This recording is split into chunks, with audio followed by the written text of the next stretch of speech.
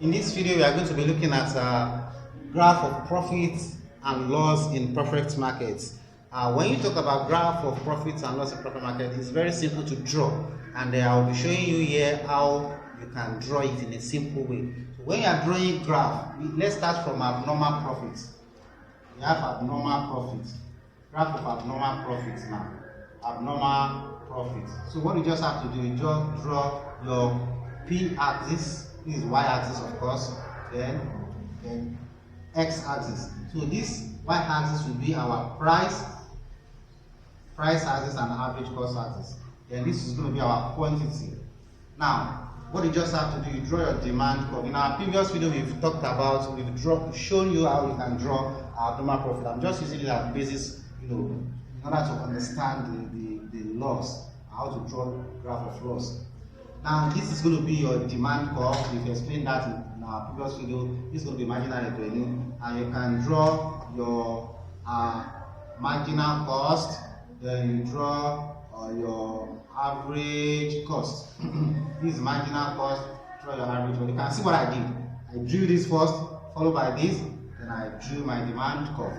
Then I drew my marginal cost and the average cost. And the next thing for you to do is to locate the point where MC equals MR. That is a condition to maximize profits in perfect market. MC equals MR. No, MC equals MR here. You cut it above here and you cut it below here. But according to condition, it must be a point where MC cuts MR below. This is the point where MC cuts MR below. So from this point now, trace it down. Any quantity there is going to be your maximizing output. So this is our maximizing output, 10. Now, then what you have to do is now to draw abnormal profit. For you to draw abnormal profit, from that you're maximizing output now, you can trace it up to eat your average cost here. I'll say it from here. You hit your average cost here. Then you can take it out, cut it out to eat the y-axis. Now, this point now, any value that is here, let's say it's 3, and this is 4. So any value that is here is your average cost. Then you know this is price. It means that average cost means cost per unit of output. How much you are selling one. So it means that we are selling this product for 3. We are using 3 naira to produce this product, and we are selling it for $4. We are producing it for $3, selling it for $4. It means the difference between 4 and 3, which is $1, is our profit, and that is why our profit falls between here and here. That's our abnormal. This rectangular shape here, from here to here, down to this average cost to house here, that is our abnormal. This box, rectangular box, is our abnormal profit. Now, let's look at normal profits here. Normal profits. Normal profits. So you draw the same thing, your y-axis, your x-axis. Then what next do you do? Your demand curve. Then let's say this is 4. Then what you just have to do is let's draw our marginal cost, MC. Now, one thing you should note here is that anytime you are drawing normal profit, your AC, I take it again, your AC must tangential your demand curve. This is demand curve. This is demand curve. So you'll be having your AC tangential your demand curve. It means that your AC curve will sit on your demand curve. This demand curve will sit on your demand curve. So that you can see this point now. This is MC cut MR. This is point. And at this point now, what is your AC?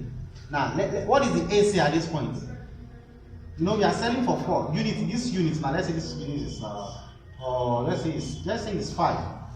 We are selling. When we are producing 5 units, we are selling for $4, and we are using our average cost. Our average cost here.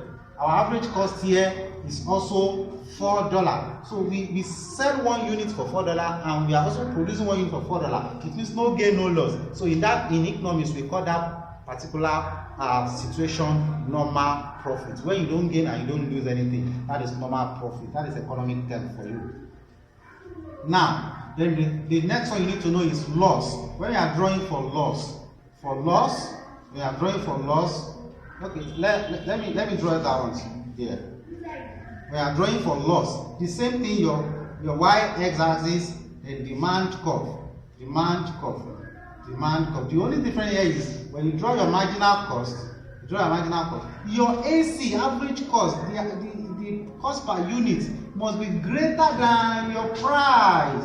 Must be greater than your price. You sell for 4. It means that before you can make loss, it means that you must not be able to cover the average cost. So when you are not covering the average cost, it's the average cost here, you can see it's fine. Now, we are selling 1 unit for $4 and you are producing 1 unit for $5. So the difference between the 5 and 4, which is here, this place is your loss. It's loss. Now, it's also important for me to say that there is a particular point where a firm must shut down. A firm must shut down when it cannot cover its average variable cost. You have to keep this in your mind. A firm is advised to shut down when it cannot cover its average variable cost. Look at this now. This is our MR, then this is our MC, then we draw our AC, then our average variable cost. You can see when the price is not up to the average variable cost, then the firm must shut down. In this case now, we can even say that our average variable cost, maybe our average variable cost is still here. No, the price is still greater than average variable cost here. ABC, here, this is average cost.